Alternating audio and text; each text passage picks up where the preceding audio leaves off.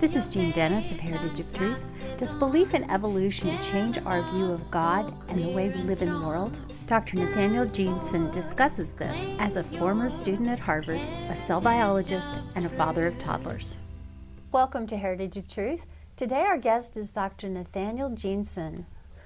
Welcome to our show. Thank you very much. You have a PhD in cell and developmental biology from Harvard University. Yes, ma'am. That's correct. Okay. Were you a Christian when you went through that program? I guess it's sometimes hard to say. When is one actually born again? But I grew up in the church, grew up in a creationist household, was the model child, lived in sin for many years secretly, basically. So at what point was I actually born again? It may have been in graduate school, but at least maintain a pursuit of a regular church life and devotional life. And never had a point at which I felt like I questioned creationism or questioned Genesis.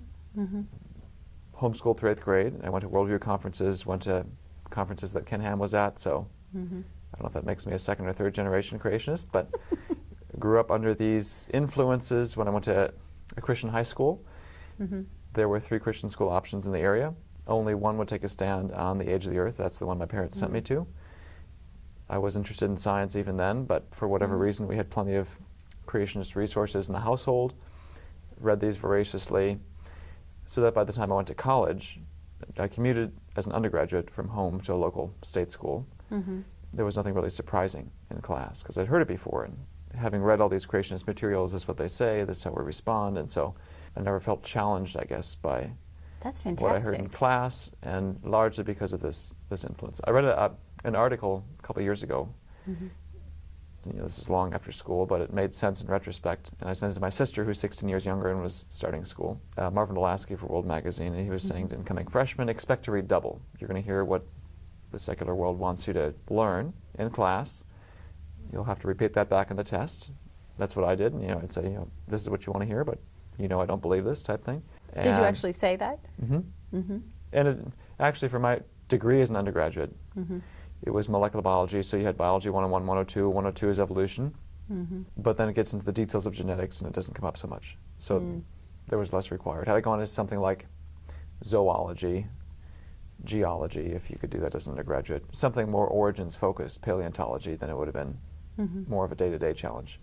But it wasn't for me, because I think of the discipline I was in. And so back to that article of advice, you're going to hear what they want you to hear in class, and if you want to hear the truth, you have to read double, after hours, basically. And my mother said, you did that. It wasn't what I was trying to do, per se. It was interesting retrospect, I guess I did, because I was interested in the topic, and the consequence then was being equipped for the things people would say in class. And actually, even though evolutionists are constantly coming up with new forms of their argument, their basic arguments really haven't changed much since Darwin. The types of evidence he cites is still the same for 150 years. So that makes it that much easier then to be prepared for what you're going to hear in class, because it's not like they're going to invent something totally new that no one's ever heard of. So those are the major influences, I think, in prayers of my parents and support of the local church. I think most people would probably agree who've observed, been in the debate, that many times evolution is just a front for underlying moral issues. I remember reading a story about a gentleman who gave a creation talk, and a student came up to him afterwards, and one question after another. And I think the point of the article was treat these conversations like tennis. He fires a question, and you fire back. And he said this student would just interrupt me and fire the next one. He said, no, volley. You fired a question, I'm going to answer, and you either concede what I just said, or we talk about this topic some more before moving on. Eventually, and maybe I'm mixing up my stories, but both of these tactics are effective, I think, or at least both observations are true, and very worthwhile to keep in one's back pocket when engaging the unsaved world. There was a student who kept firing questions, and he finally said, let me ask you a question. Are you sleeping with your girlfriend? And the guy turned around and walked out, because it was all a front. The guy was just looking for an excuse to justify his immoral behavior. So in my own story then, to me what's probably equally important in having this training, it's not like it's an either or, I think it's a both and. If you go into science, you have to be prepared ahead of time. And that can take your reading double during high school. It could be, I haven't read much, it might be wise to take a year off. The world says march, move on, take AP classes, hurry up, hurry up, hurry up, but you cannot go ahead of your own sanctification. And it could be disastrous and eternally fatal if the pace of those two arenas isn't aligned.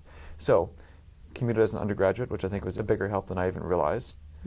I lived on campus one summer, which gave me a little taste of what it may have been like to live on campus at a secular school as a Christian. Now, I have friends who've done it and come out okay, but it is a challenge. And a gay guy tried to hit on me while I was there, and one of my apartment mates wanted to bring his girlfriend there for the summer. And these are the immediate moral challenges you're confronted with. And that was just a few months.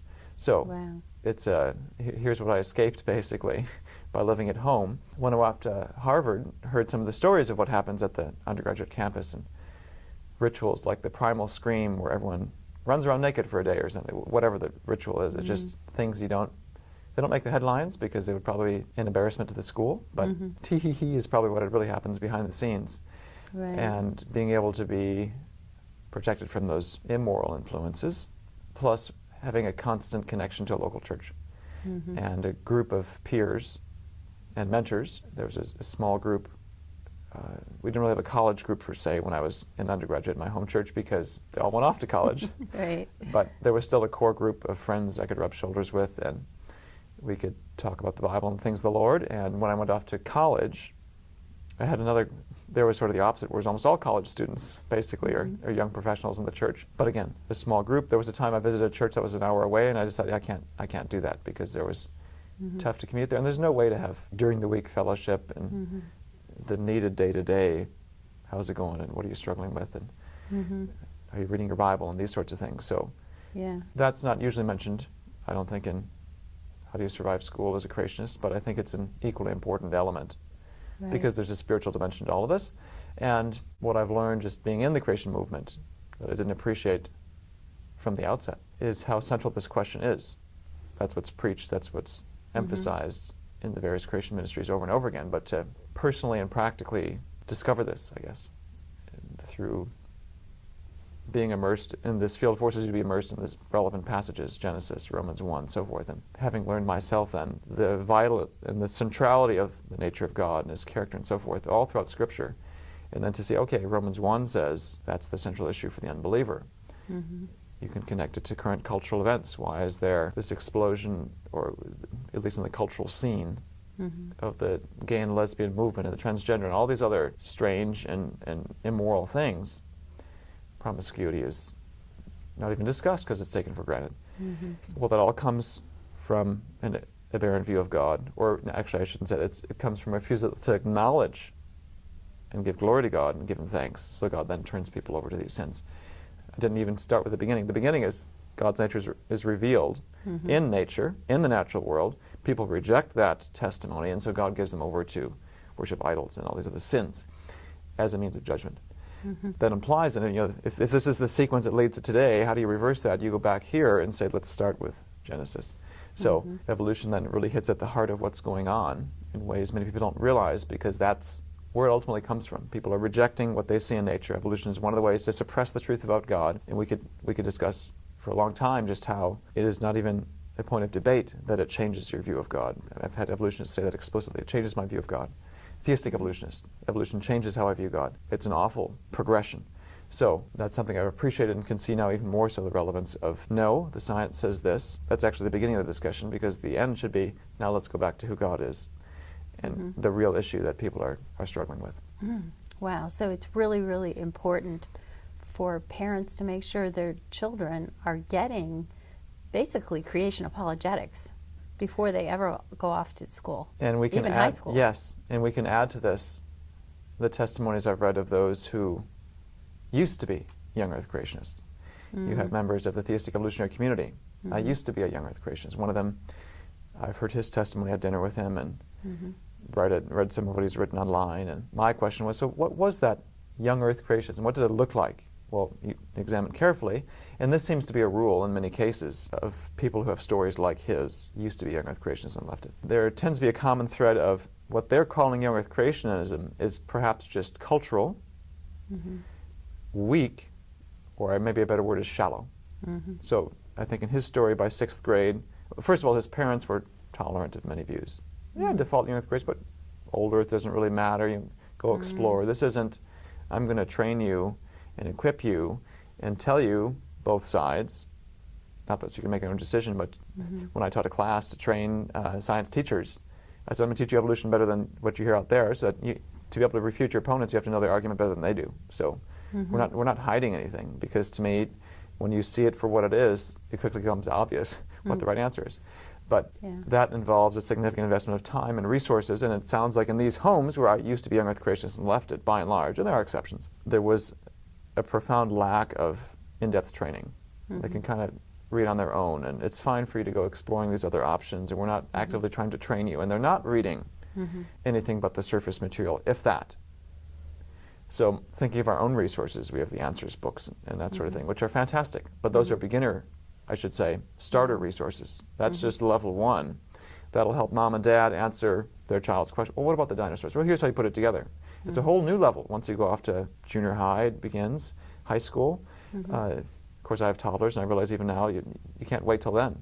Turn on PBS Dinosaur Train, and it's millions of years, and dinosaurs evolved into birds, and 2, 3, 4 years old, and you're already getting it, depending on what influences you have in your home, and you may not even realize it.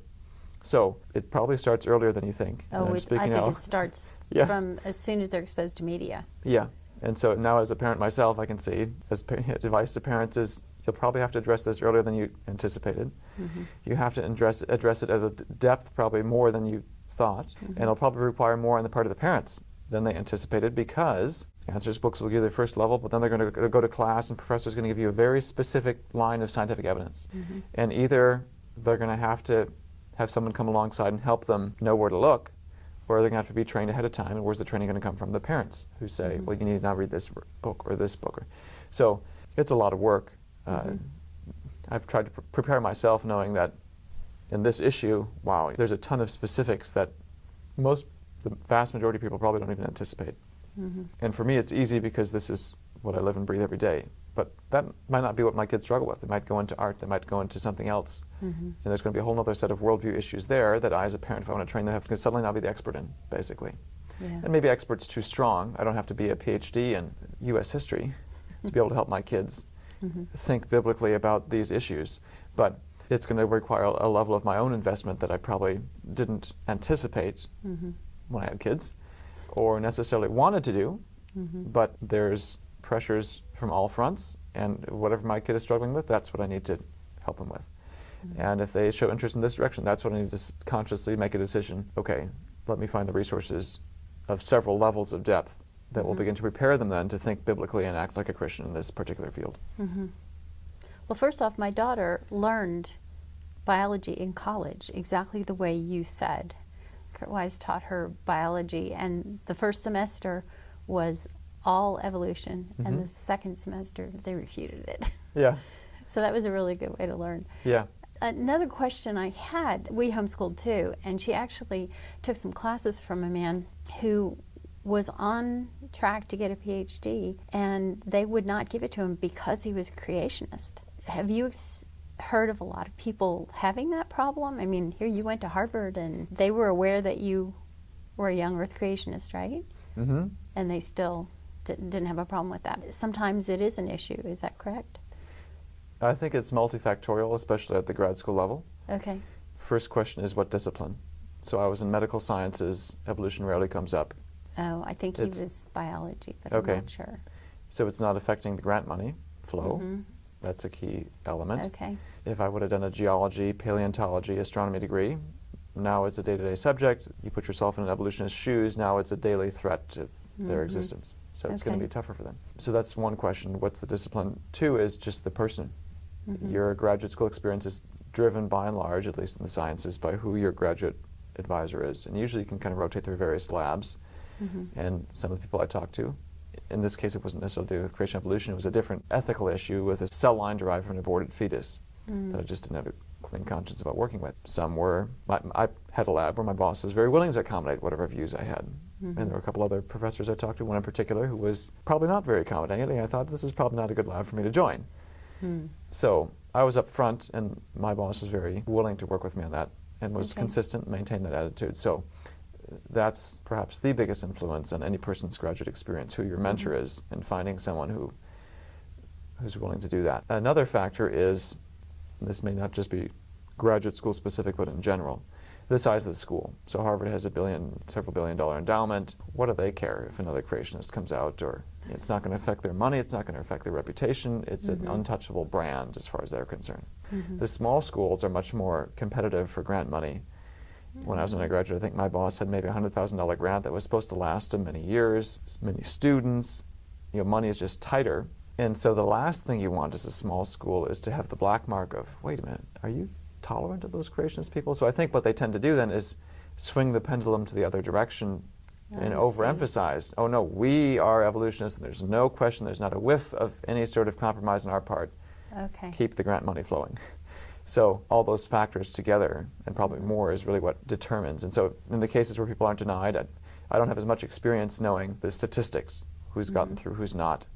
But a lot of it will be determined by who the person is. And I've heard stories of undergraduate. They wouldn't write me a letter of recommendation because I was a creationist. Again, that'll vary, I think, from school to school, person to person. Undergraduate, my boss knew I was a creationist, but had no problem writing me a very complimentary letter to go to graduate school, and that's really what it comes down to. There may be institutional biases, but I think a lot of it just comes down to who that person is and who has the jurisdiction, I guess you could say, over that particular student. So if you're going to graduate school, you want to get undergraduate research experience, and so that person then is going to have a huge influence on what you do. And so you have to choose wisely, knowing that there are people out there who will do their best to frustrate your plans. And we do serve a God who can help us with all of that. Amen.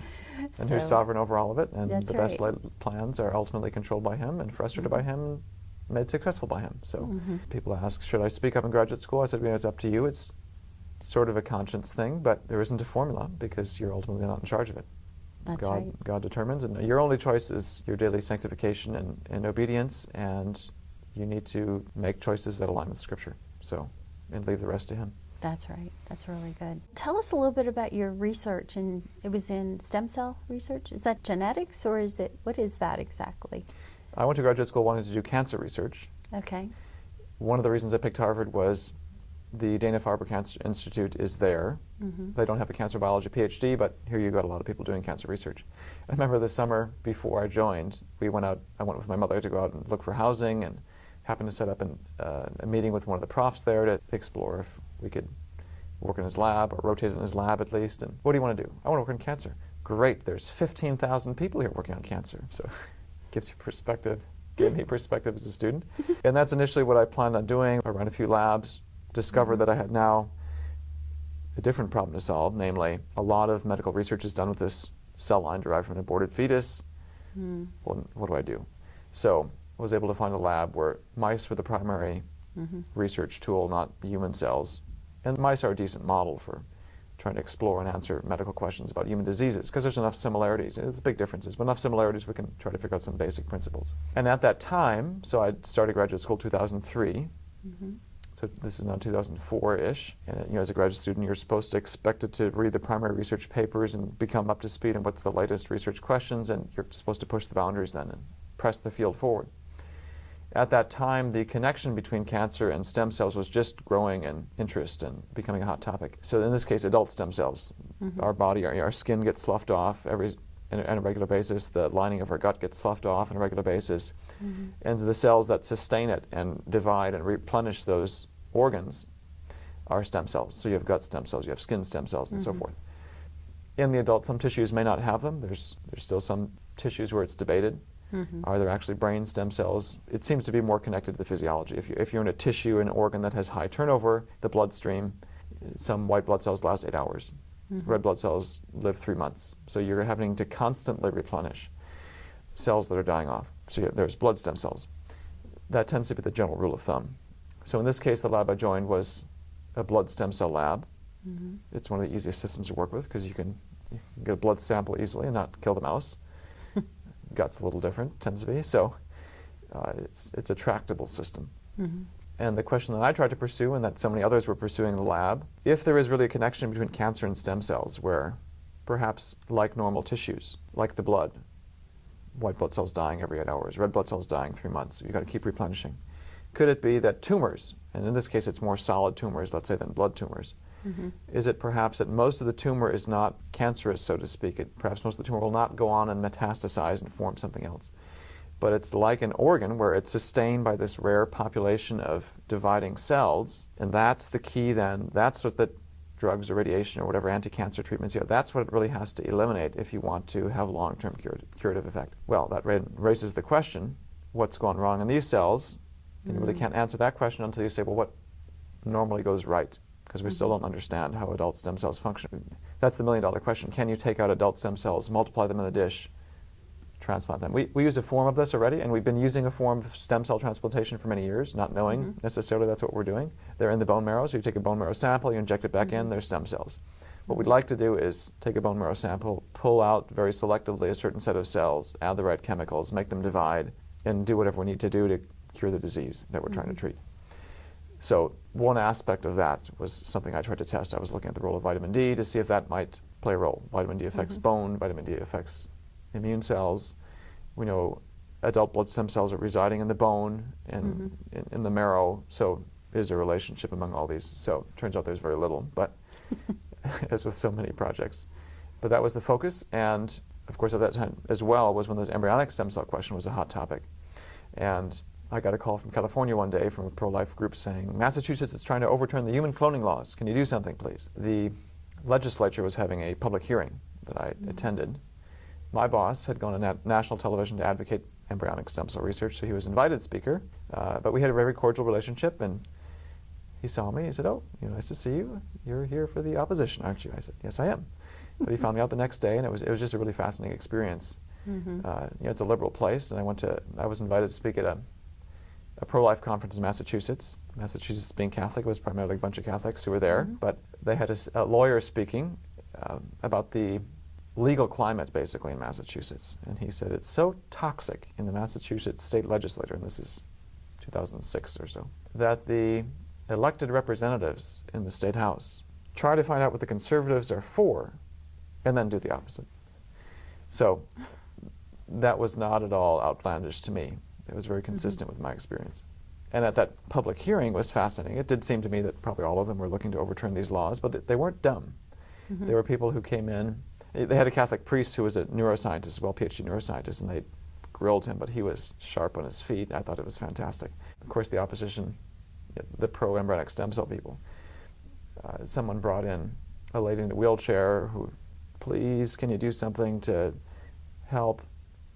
And one of the legislators, who I wouldn't be surprised at all if he was for embryonic stem cell research, but wasn't going to be buffaloed, said, ma'am, have you heard of adult stem cells? To expose to everyone watching that this lady was a pawn who had not been told the entire story and was just being brought to evoke emotional appeal. So that was extremely fascinating. And the most touching element of the whole experience was when a lady, I think with Parkinson's, who couldn't even hold the microphone steady, and so her son or husband was there holding it for her, said, please don't. So here's a lady who could obviously has a vested interest in seeing medical advances, but recognize this is immoral, please don't. So that was really moving to observe as well, even in liberal Massachusetts. Wow. Well, I wish we could talk longer. You're fascinating, and I would love to talk to you again. That'd be great. Thank you so much for being our guest. Thank you so much for having me. Join us next week when Dr. Jeanson returns to discuss his new book, Replacing Darwin.